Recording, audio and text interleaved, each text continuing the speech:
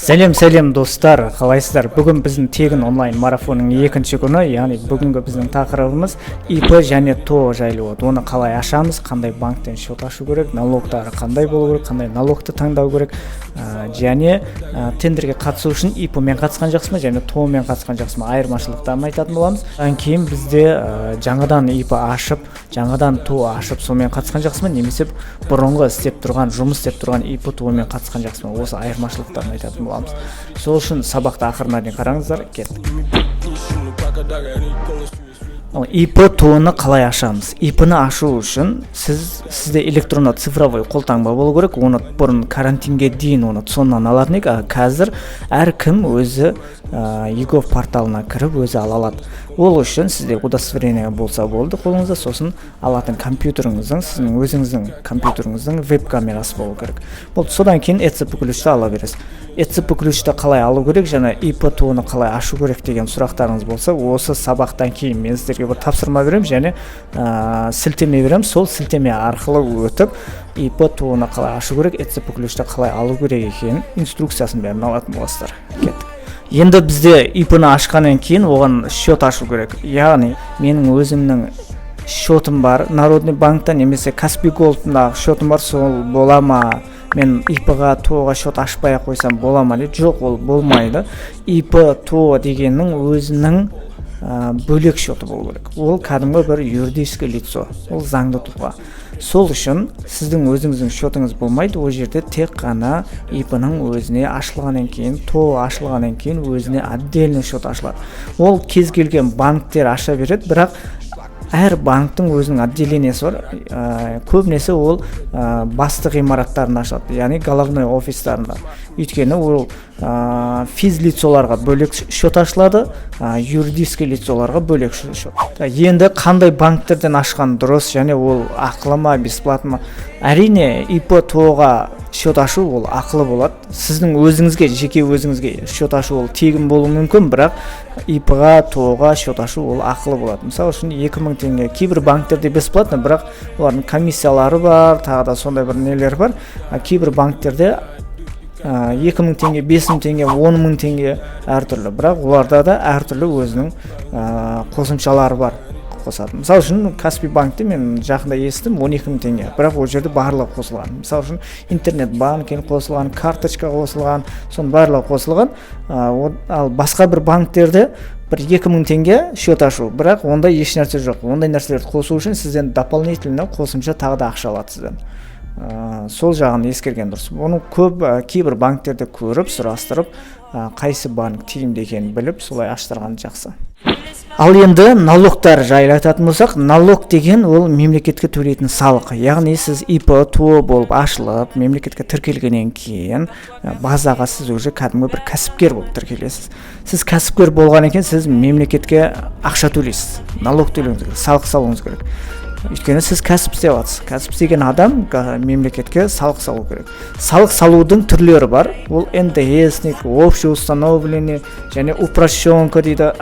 Негізі сіз енді ғана жұмыс істеп жатқан кәсіпкер болсаңыз, және сіздің ашқан кәсібіңіз бір жылдық обороты 70-80 миллионға жетпейтін болса, мысалы үшін бір жылдық оборот 20 миллион, 10 миллион болатын болса, онда сіз упрощенный салықты таңдайсыз, упрощенный режим салығын таңдайсыз. Ол өте жеңіл және жұмысы аз, 6 айда бір рет отчет тапсырасыз, және 3% налог төлейсіз. Ол общий сізде болған обороттан, айналымнан 3% төлейсіз. Мысалы, ИП ТОны аштыңыз, бір тендерге қатыстыңыз, бір жыл бойы сіз бір тендерге қатысып жатырсыз.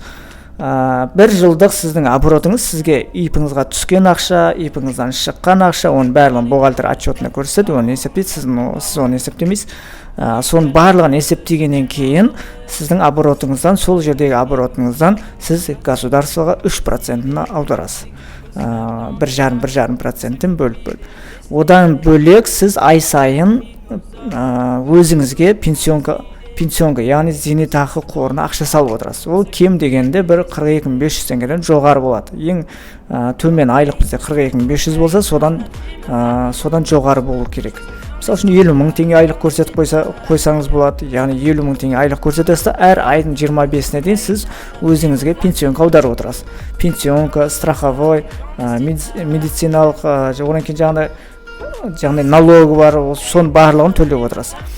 Ол ай сайын төленеді. Егер сізге ақша түсіп тұрса, егер ИП-ны ашқаннан кейін сізде ешқандай да ақша түспейді, тендер ұтқан жоқсыз, және ешқандай движение болмады да, сізде ешқандай движение болмады, вот сол кезде сіз ешқандай ақша төлемейсіз. Ал ТО-да ше, ТО-да да дәл солай, бірақ ТО-ның налогтары жаңағыдай ИПН, вот сондайлары кішкене ИП-ға қарағанда көбірек болады. Мысалы үшін ол жерде бір 5-6 сондай төлейтін болсаңыз, налог төлейтін болсаңыз, ал ИП-да тек қана 3 ғана төлейсіз өзіңіз.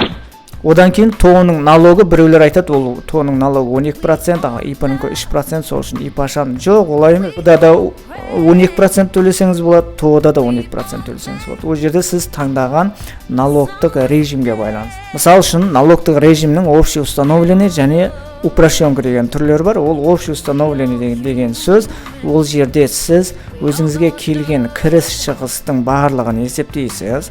Одан кейін өзіңіз сатып алған товар, мысалы үшін фирмаға не сатып аласыз? Фирмаға мысалға сіз бір кондиционер сатып алдыңыз. Сол кондиционердің сатып алған жеріңізден фискальный чек, немесе счет фактура, накладной, акт прием товар деген сияқты документтерді сұрайсыз. Және соның барлығын сақтап жүресіз, егер сізде общий установленный болса. Одан кейін налог тапсыратын кезде уже сіз солардың бәрін көрсетесіз. Сізге түскен ақшадан міне менде мынандай шығын болды, мен жұмысшыларға мынанша айлық төледім, одан кейін жаңағы арендаға, мен офиске арендаға, немесе складқа арендаға мынанша ақша төлеп жатырмын, мынанша бензин қойдым да, барлығын сол жерге кіргізуге болады.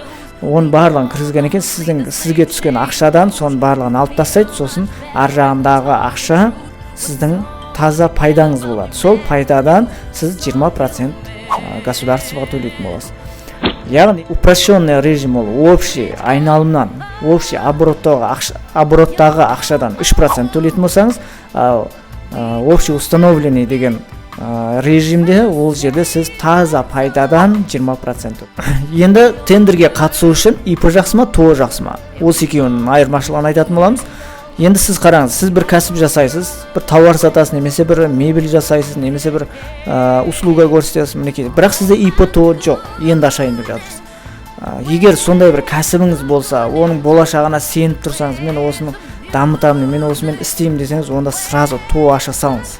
Өйткені ТО деген кәдімгі бір ТО-ны көрген кезде адамдар бір серьезно қарайды да, былай. Түсінікті ғой? Және ИП ашсаңыз да болады, бірақ оның қатты айырмашылығы жоқ. Айырмашылық тек қана тендер. Мысалы үшін сіз ИП-іңіз бар, ИП ашып алғансыз, көшеде кетіп бара жатқанда сізді фотоаппарат түсірді, машинамен кетіп бара жатқанда сізге штраф салынады. Егер сол штрафты төлемесеңіз, сіз тендерге заявка жібере алмайсыз. Түсінікті ғой? Ал егер ТО болса сізде, ол юридический лицо, ол ТО-ның өзі аты айтып тұр да, жауапкершілігі шектеулі серіктестік. Яғни ол сіздің атыңызда болса да, сіздің көшеде сізге салған штрафтар ол ТО-ға әсер етпейді. ТО-ның өзінің штрафтары ол сізге әсер етпейді. Түсінікті ғой? Яғни ол жерде сіз кәдімгі бір жауапкершілігі шектеулі, ол өзі бір ТО деген өзі бір отдельный бір адам сияқты да. Ол отдельный адам сияқты. Мысалы үшін сіздің иініңіз болса, ТО-ның бейіні бар. Өзінің де сондай бір номері болады оның бір адресі болады, өзінің счеттары болады, бір кәдімгі бір адам сияқты ол. Түрі жоқ, бірақ документальный бір адам. Енді компания деген сол ТО. Тағы да бір айырмашылығы, мысалы үшін сіз тендерге қатысып жүрсіз, ИП-мен қатысып жүрсіз, сосын бір тендерді жаптыңыз, үстіне бір пинялары бірдеңкесі болып кетеді кейде. Мысалы үшін бір тендер жапқан кезде бір кешіктіріп алып баратын жағдайлар болады. Мысалы үшін қазір мына карантин уақытында, төтенше жағдай уақытында көп адамдар кешіктіріп алып барып жатыр, кейбіреулер вообще алып бара алмай жатыр да. Мінекей осындай кездерде сізге пиня жүреді. Пиняны егер төлемесеңіз, сізді сотқа беруі мүмкін. Сол үшін сол пиняны төлемеген кезде, егер сізде ИП болатын болса, пиняны төлемеген кезде сіздің Каспий голдыңыз бар, Народный банктегі карточкаларыңыз бар, барлығына арест қойып тастайды. Түсінікті ғой? Арест қойып тастайды, қашан сіз анау пиняны, анау штрафты төлемейінше. Ал ТО болса олай болмайды. Ол сіздің Каспий голдыңызды жаба алмайды. Егер ТО болса, ол ТО-ның өзінің счетін жабады. Өзінің счетіне арест қояды. оның өзінің счеты бар дедік қой, сол счетына. Одан кейін тағы да бір айырмашылығы документ жағында ИП-да бір екі ғана документ болса, талон мен удостоверениенің копиясы болды. Ал ТО-да устав, решение, приказ, госрегистрация деген сияқты сондай документтер бар. Бір 4-5 документ болады. Енді бұрын істеп тұрған ИП ТО жақсы ма, немесе жаңадан тендерге қатысу үшін жаңадан ашқан дұрыс па? Әрине, бұрын істеп тұрған ИП ТО болса, ол өте керемет, ол өте жақсы. Оған бола, тендерге қатысуға бола, сіз бөлек ИП ТО ашудың қажеті жоқ. Оны ашсаңыз, ол сізге бір шығын болады, одан кейін жұмыс болады. Оның да бұрын істеп тұрғаннан бөлек сіз басқасын ашатын болсаңыз, сіз оның да уже отчеттарын тапсырасыз. Оған да оның отчетін тапсыру үшін сіз тағы да бір бухгалтерге бересіз оны. Ай сайын оған да пенсияңыз салып отыруыңыз керек болады. Мінекей сондай жұмыстар бар. Сол үшін бұрын істеп тұрған ИП-ңіз немесе ТО-ңыз болса, мінекей сонымен қатысқан. Сіздерге тапсырма беріледі. Мына мен профиліндегі шапкаде YouTube каналымның сілтемесі тұр. Сол жерге өтесіз, сол жерде ИП ТО-ны қалай ашу керек деген сабақтар бар. Сол сабақтарды аласыз. Және сол сабақтарды, видео сабақтарды көріп отырған кезде, соның астына мен тағы да бір сілтеме қойып қоямын. Ол жерден сіз сол ИП ТО-лардың документтерін скачать етіп алатын боласыз. Яғни бұл сабақтардан кейін сіз өзіңіз ЭЦП ключты ала алатын боласыз, және ИП ТО-ны қалай ашу керек екенін үйреніп алатын боласыз. Мінекей достар, бұл сабақта сіздерге бір пайдасын тигізді деген үміттемін. Егер тигізген болса, астына комментарийге жазыңыз. Үйде тендер деген хэштегті жазыңыз. Хэштегті жазбаған кісілер 5 күннен кейін болатын ұтыс ойынына қатыса алмайды. Одан кейін репост жасаңыз. Репостты қалай жасау керек десеңіз, мына жерде самолеттің суреті тұр, комментариймен самолеттің суреті тұр. Сол самолеттің суретін басасыздан өзіңіздің сторисіңізге саласыз. 3-ші сабақта кездескенше.